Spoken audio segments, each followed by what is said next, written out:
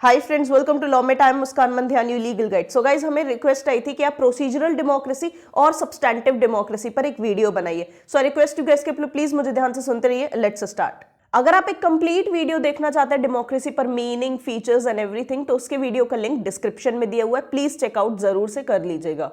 Democracy के basically दो views हैं, प्रोसीजरल जिसको कि मिनिमलिस्ट व्यू भी कहा जाता है और सब्सटैंटिव जिसको मैक्सिमलिस्ट व्यू भी कहा जाता है। अब हम आगे देखेंगे वीडियो में इनको ऐसा क्यों बोला जाता है, मिनिमलिस्ट और मैक्सिमलिस्ट। प्रोसीजरल डेमोक्रेसी सिर्फ एक प्रोसेस पर फोकस करती है, राइट, कि प्रोसेस क्या है डेमोक्रेसी अटेन करने का। और डेमोक्रेसी का जो सेंट्रल प्रोसीजर है वो यही है कि इलेक्शन करवाओ और लीडर्स को इलेक्ट करो, राइट। लोगों के थ्रू लीडर्स को इलेक्ट करना ये एक सेंट्रल प्रोसीजर होता है डेमोक्रेसी का। लेकिन इलेक्शन हो गया, लीडर्स इलेक्ट हो गए, फिर लोगों का क्या, राइट। सिर्फ इलेक्शन तक ही लोगों की वैल्यू होती है, उसके बाद यार इस टाइप की डेमोक्रेसी में लोगों का कोई रोल रह ही नहीं जाता है, राइट। वो पैसिव हो जाते हैं, किसी काम के नहीं रह जाते। इलेक्शन के बाद एक गवर्नमेंट आती है, वो उन्हें गवर्न करती है, उसे जैसे चलाना है वैसे चलाती है, राइट। सिर्फ इलेक्शन तक ही लोगों की वैल्यू रहती है। प्रोसीजरल डेमोक्रेसी लिबर्टी, फ्रीडम जैसे इंपॉर्टेंट वैल्यूज पर फोकस नहीं करती है। ये सिर्फ हमें ये बताती है how to elect a democratic government, एक डेमोक्रेटिक गवर्नमेंट को लाना कैसे है एग्जिस्टेंस में, बस इतना ही हमें बताती है प्रोसीजरल डेमोक्रेसी। इसीलिए इसको मिनिमलिस्ट डेमोक्रेसी भी कहा जाता है, मिनिमलिस्ट प्रोसीजरल डेमोक्रेसी, राइट, क्योंकि यहाँ पे सिर्फ मिनिमम क्राइटेरिया बताया गया है। एक डेमोक्रेसी लानी कैसे है उसका सिर्फ मिनिमम प्रोसीजर है, लेकिन और भी तो चीजें होती है डेमोक्रेसी में, लिबर्टी की वैल्यू होती है, फ्रीडम होती है, एक्सप्रेशन होता है लोगों का, वो सब चीजें कहाँ गई। इसीलिए मिनिमलिस्ट व्यू है डेमोक्रेसी का। ना तो यहां चेक्स एंड बैलेंसेस की बात हुई है प्रोसीजरल डेमोक्रेसी में। भाई अगर चेक्स एंड बैलेंसेस नहीं रहेंगे तो जो लीडर्स जिनको हम लोग ने इलेक्ट किया है वो अपने हिसाब से काम करेंगे, अपनी अथॉरिटी हर जगह चलाएंगे, राइट। तो लोगों का कोई रोल वैसे भी खत्म हो गया। इसीलिए डेमोक्रेसी ज्यादा अच्छी नहीं मानी जाती है। एक बार सब लोगों ने इलेक्ट कर दिया लीडर्स को, उसके बाद वो लीडर्स उन लोगों की नहीं सुनने वाले, वो लीडर्स सुनेंगे उन पावरफुल लोगों की जो कंट्री को रन कर रहे हैं, जो बड़ी बड़ी कंपनीज के ओनर्स है, जो रिच क्लास है, गवर्नमेंट उनकी सुनेगी, राइट। वो उनकी क्यों सुनेगी? जो मार्जिनलाइज्ड ग्रुप्स हैं, जो एक तरीके से पुअर है, जिनके पास कुछ नहीं है, उनकी गवर्नमेंट नहीं सुनने वाली, एलीट क्लास की सुनने वाली है, बिकॉज उनके पास एक्चुअल इकोनॉमिक पावर है, ठीक है। भाई इलेक्ट तो सबने मिल के किया, चाहे गरीब चाहे अमीर, लेकिन इलेक्ट होने के बाद वो सिर्फ अमीरों की ही सुनती है, उन लोगों की ही सुनती है जिनके पास एक्चुअल पावर होता है सोसाइटी में। टेरी काल जो कि एक ऑथर है, उन्होंने बताया कि एक मिनिमलिस्ट व्यू की वजह से पॉलिसी ऑफ इलेक्ट्रोलिज्म प्रिवेल हो सकता है। ये एक ऐसी सिचुएशन रहती है जहां पर हम इलेक्टोरल प्रोसेस को ज्यादा महत्व देते हैं और ना कि डेमोक्रेसी के डायमेंशंस को। इलेक्टोरल प्रोसेस मतलब इलेक्शंस कैसे होंगे, कौन कौन वोट देगा, इन सारी चीजों को हम ज्यादा महत्व देते हैं। और डायमेंशंस ऑफ डेमोक्रेसी जैसे कि लिबर्टी, इक्वालिटी, फ्रेटर्निटी, इन सारी चीजों को हम इतनी इंपॉर्टेंस नहीं देते हैं। फरीद ज़कारिया मिनिमलिस्ट डेमोक्रेसी को इलिबरल डेमोक्रेसी कहते हैं कि ये डेमोक्रेसी लिबरल किसी भी तरीके से नहीं है। मिनिमलिस्ट डेमोक्रेसी को क्यों इलिबरल डेमोक्रेसी कहा गया है? क्यों? क्योंकि यहां पर जो गवर्नमेंट्स है वो डेमोक्रेटिकली इलेक्ट होती है, जो इलेक्शन की प्रोसेस है वो काफी ज्यादा डेमोक्रेटिक है, सही है, साफ है, सुथरी है। बट इलेक्ट होने के बाद वो अपनी कॉन्स्टिट्यूशनल लिमिट्स को भूल जाते हैं। उनकी क्या लिमिट्स है उनके पावर पर, ठीक है, उनकी अथॉरिटी पर, वो सारी लिमिट्स को वो लोग भूल जाते हैं और जो बेसिक राइट्स है सिटीजन्स के और जो फ्रीडम है वो उन्हें नहीं मिल पाती है ऐसी गवर्नमेंट्स की वजह से। इसको आखिर क्यों हम प्रोसीजरल डेमोक्रेसी कह रहे हैं? क्योंकि यहां सिर्फ हमें प्रोसीजर पता चल रहा है और इंस्टीट्यूशंस पता चल रहा है डेमोक्रेसी के।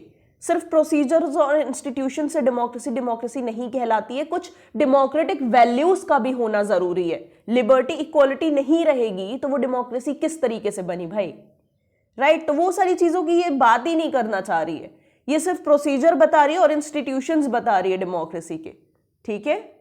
सभी वीडियोस के नोट्स आपको हमारे Telegram channel law mate you legal guide पर मिल जाएंगे, लिंक डिस्क्रिप्शन में है, जरूर से ज्वाइन कर लीजिए, बहुत इंफॉर्मेटिव इंफॉर्मेशन वहां पर आती है, शेयर भी प्लीज कर दीजिएगा।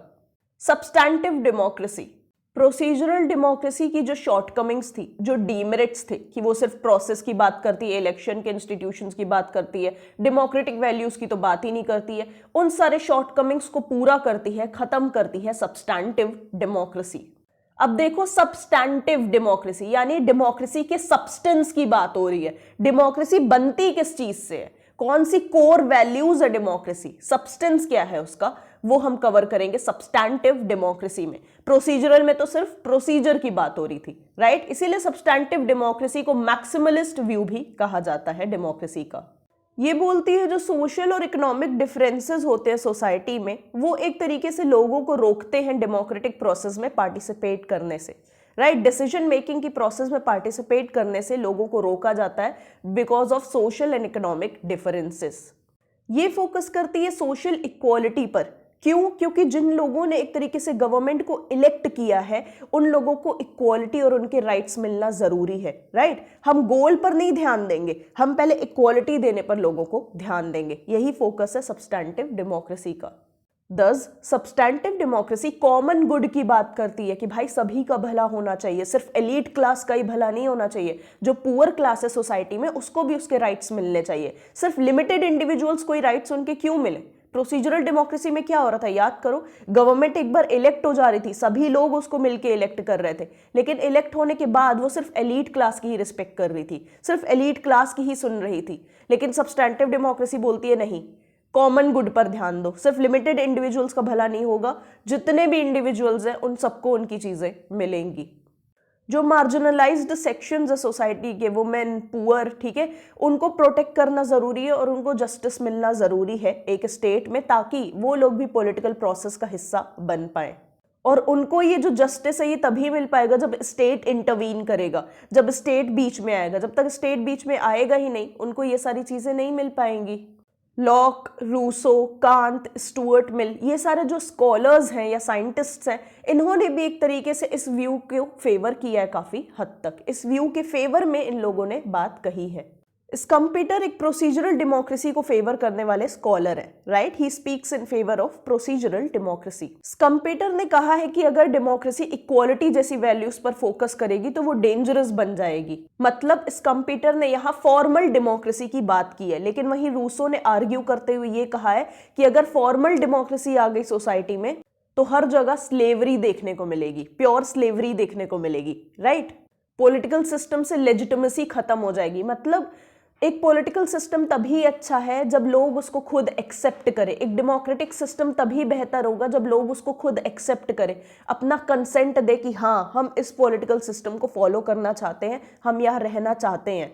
तो जो जिस तरीके की स्कम्पेटर ने डेमोक्रेसी की बात की है, अगर उस तरीके की डेमोक्रेसी आ गई तो लोग उसको एक्सेप्ट नहीं करेंगे, राइट। क्योंकि वहां सिर्फ स्लेवरी देखने को मिलेगी, एक दूसरे का गुलाम बनता फिरेगा इंसान।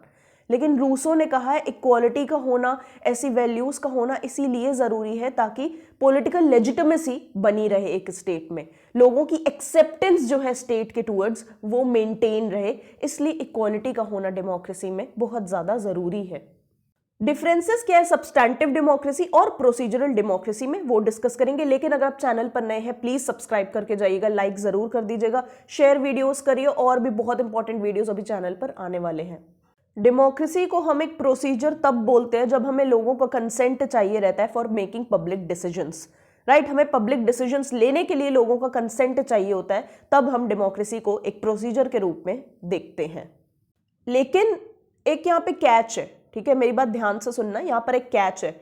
हम लोगों से पूछ कर पब्लिक डिसीजंस ले रहे हैं, लेकिन क्या वो पब्लिक डिसीजंस लोगों के वेलफेयर के लिए हैं? ये दोनों चीजें अलग हो जाती हैं बहुत। एक होता है अब मैं आपसे पूछ कर आपके लिए डिसीजन ले रही हूं, लेकिन क्या वो डिसीजन आपके फेवर में ही होगा, आपके भले के लिए ही होगा, ये तो जरूरी नहीं है, राइट। यहीं पे प्रॉब्लम आती है प्रोसीजरल डेमोक्रेसी में, राइट। यहीं पे बात हो रही है प्रोसीजरल डेमोक्रेसी की, क्योंकि प्रोसीजरल डेमोक्रेसी बोल रही है कि हम जो पॉलिटिकल डिसीजंस लेने वाले हैं, जो पब्लिक डिसीजंस लेने वाले हैं, वहां पर हम लोगों का कंसेंट ले रहे हैं, उनकी परमिशन ले रहे हैं। लेकिन ये जरूरी तो नहीं है ना कि वो सारे जो डिसीजंस ले रहे हो तुम वो पब्लिक के वेलफेयर के लिए ही होंगे। लेकिन प्रोसीजरल डेमोक्रेसी कहती है हाँ, अगर हम पब्लिक से पूछ कर उनके लिए डिसीजंस ले रहे हैं तो वो उनके वेलफेयर के लिए ही होगा। इसमें बोलने वाली बात क्या है? लेकिन ऐसा होता नहीं है। जो गवर्नमेंट होती है वो पूछती हमसे है कि ये डिसीजंस ले रहे हैं हम, ये पब्लिक डिसीजंस हमें लेने चाहिए कि नहीं लेने चाहिए, लेकिन वो हार्डली हमारे फेवर में आते हैं, वो कभी कभी ही हमारे फेवर में आते हैं, राइट। सिर्फ हमसे पूछा जा रहा है, ये तो नहीं हो रहा है कि वो डिसीजंस हमारे फेवर में ही होंगे, हमारे वेलफेयर के लिए ही होंगे। तो वही चीज यहाँ पे बात की जा रही है। तो ये जरूरी नहीं है कि government by the people, government for the people भी हो, राइट? गवर्नमेंट भले ही लोगों ने बनाई है, लेकिन जरूरी नहीं है वो गवर्नमेंट लोगों के लिए ही काम करे। वो अपने अपने लिए काम करेगी ना, वो अपना सेल्फिश नीड्स देखेगी, जरूरी थोड़ी है लोगों के लिए ही वो काम करे। यही चीज यहाँ पे प्रॉब्लम फंस रही है, राइट? क्योंकि ये लोग बोल रहे हैं कि हम देखो जो भी डिसीजन ले रहे हैं पब्लिक से ही पूछ कर ले रहे हैं, कुछ भी अपने उसमें नहीं डाल रहे हैं। लेकिन वो जरूरी तो नहीं है वो डिसीजंस जो वो तुम ले रहे हो वो पब्लिक के वेलफेयर के लिए ही ले रहे हो, इसकी क्या गारंटी है? यहीं पे प्रॉब्लम है। तो कुछ क्रिटिक्स ने बोला प्रोसीजरल डेमोक्रेसी के कि उसमें कुछ चेंजेस आना जरूरी है, राइट? कुछ के चेंजेस वहां पर लेकर आना, कुछ अमेंडमेंट्स लेकर आना जरूरी है ताकि वो अपना गोल अचीव कर पाए। तो ये जो चेंजेस लाएंगे इनको कहते हैं सब्सटैंटिव डेमोक्रेसी। इन चेंजेस को सब्सटैंटिव डेमोक्रेसी कहा जाता है।